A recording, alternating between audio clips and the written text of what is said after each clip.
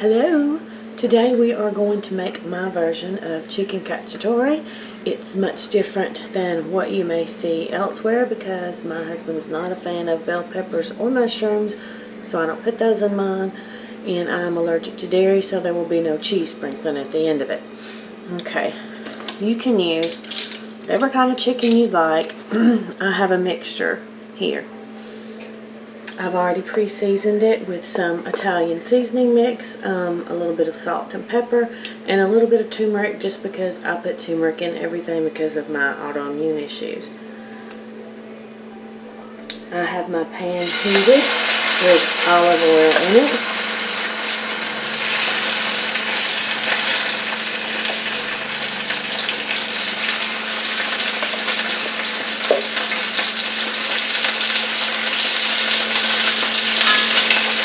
You just want to brown your chicken off for about 3 or 4 minutes on each side.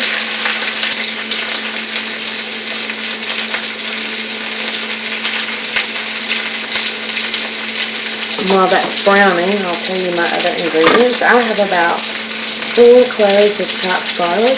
Sometimes I add more, sometimes I add less, but with everything that's going on, garlic is good for your immune system, so I have a little extra. I have half of a chopped onion, and I have 1 chopped zucchini, because since we don't put bell peppers and mushrooms in there, we kind of have to put a little something else in there with it, so we're going to put some zucchini. 1 can of tomato sauce, 1 can of whole peeled tomatoes. Some people use crushed tomatoes. I prefer the whole peeled tomatoes because if they cook in the oven, once you get it in the oven, they come apart on their own. It just tastes better to me. And 1 small can of sliced black olives.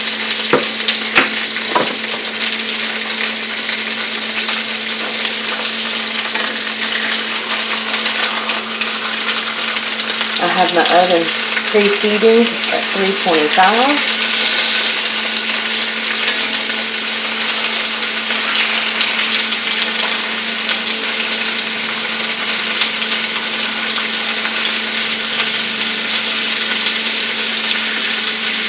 And I'll go ahead and get my pot out and put the water in it so it's boiling.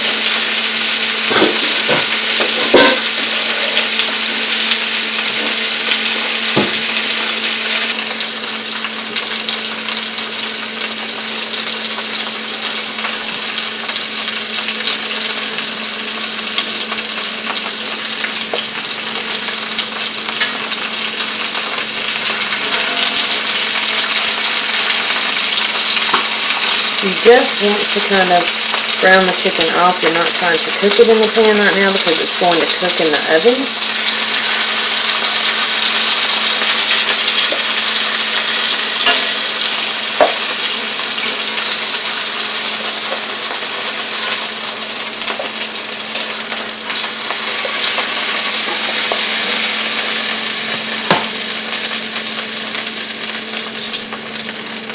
Now into this hot pan with the olive oil already in it, you're going to add the garlic.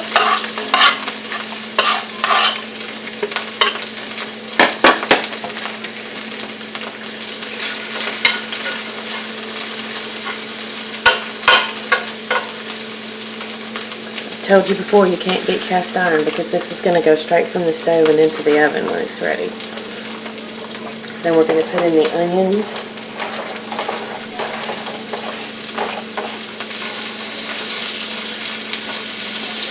I like to leave my onion slices bigger when I do a dish like this. You can cut them to your own specific taste, but I like to leave them bigger.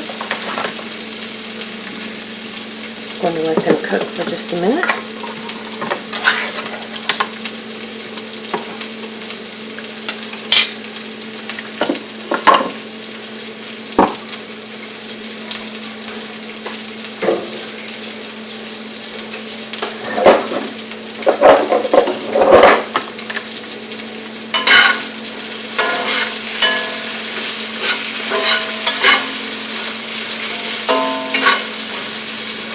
Now I have my burner set on medium, but I've told you before this Green Goblin cooktop is from 1953, so the temperature is not terribly accurate, so you just have to kind of watch it so that you don't burn your garlic and onions.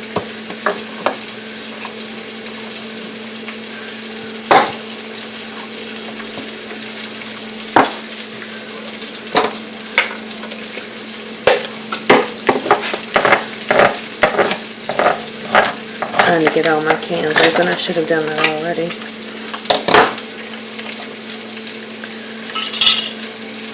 Now I'm going to add my 1 can of tomato sauce.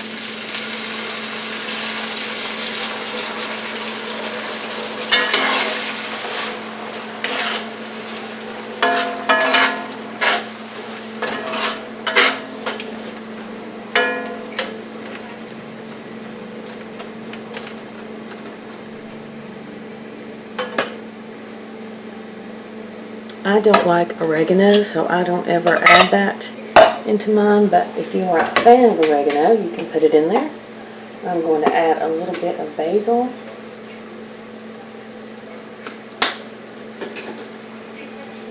And a little bit of thyme.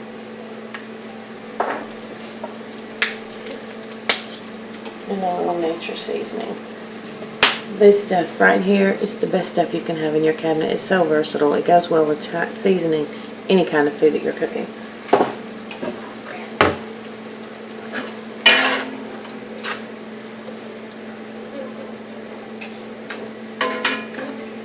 Now I'm going to add my, making a mess, my whole peeled tomatoes.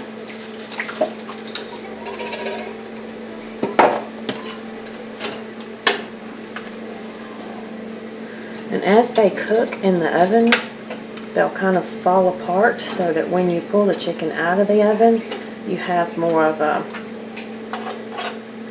tomato that you can kind of mush. I don't really know what the best way to describe it is. It just works better if you use whole tomatoes than if you do the diced tomatoes. Doesn't cook as well. Okay, we're going to add our chicken back into the pan. If you notice, I cut the chicken breast into pieces because I need it to be a more even cooking time with the other pieces of chicken.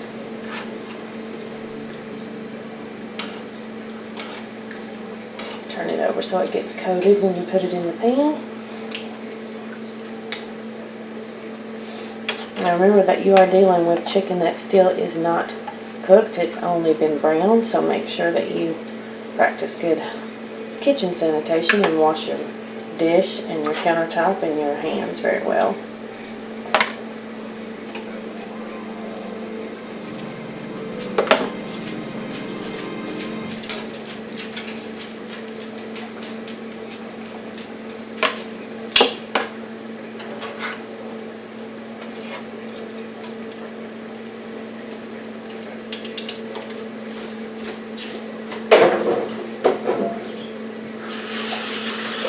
We're going to add in the olives, and I know some people may have something to say about this, but I don't drain the olives when I put it in there because I think it just adds more flavor.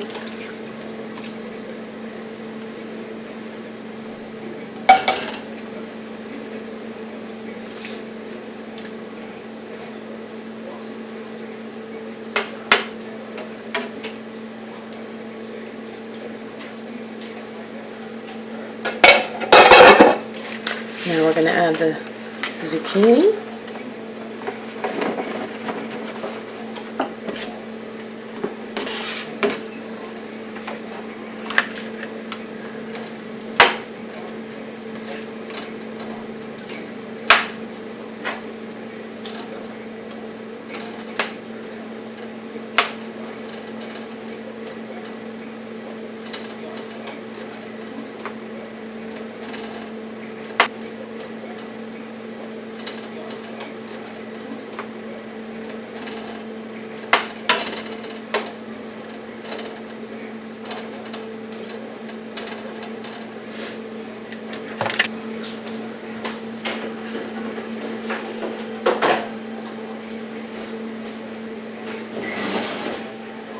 Now, we are going to transfer this, let me work with this wobbly stick into the oven. cast iron pans are so heavy, so this is not going to be an easy feat.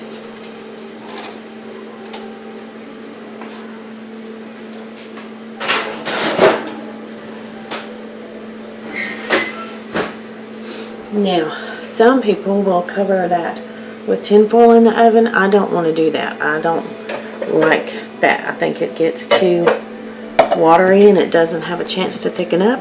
So we're going to leave that in the oven for about 40 minutes and then we'll come back and check it. And in the meantime, I have my water over here. Knock on the Green Goblin, it's going to let it boil, and I'm going to use fettuccine noodles. I don't like using thin spaghetti noodles with chicken cacciatore. I think it's just a different texture that's required for that. So we'll be back in 40 minutes. Now, again, this is just how I do it. Everybody does things differently. But when the fettuccine noodles reach just beginning to be opaque, I turn the water off, put the lid on it, and let them sit that way because you don't want to overcook it. And I don't particularly like them al dente, but you don't want to overcook them either. So don't let them boil and boil and boil. Once they start coming to a good, really nice boil, turn them off and put the lid on. Let them sit. Believe me, they'll cook to just the right tenderness. You can see it's cooking really well in the oven. It smells amazing in here, but it still has quite a ways to go. Okay, our pasta is done and drained. We are about to put some garlic butter bread in the oven. This I make with my own fresh butter, and you let the butter get soft, add in a little olive oil and some minced garlic. It is much better than just regular buttered bread. So we are about to put this in the oven and take our chicken cacciatore out.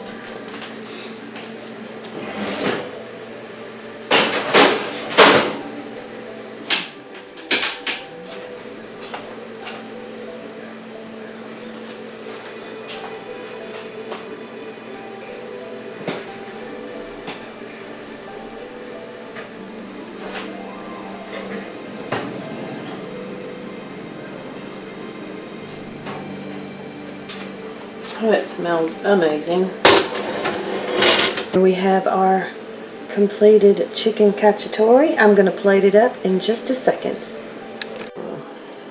This is our finished version of chicken cacciatore. And if you come back tomorrow, we're going to make bacon wrapped chicken, or as my husband calls it, chicken wearing bacon pants. See you tomorrow.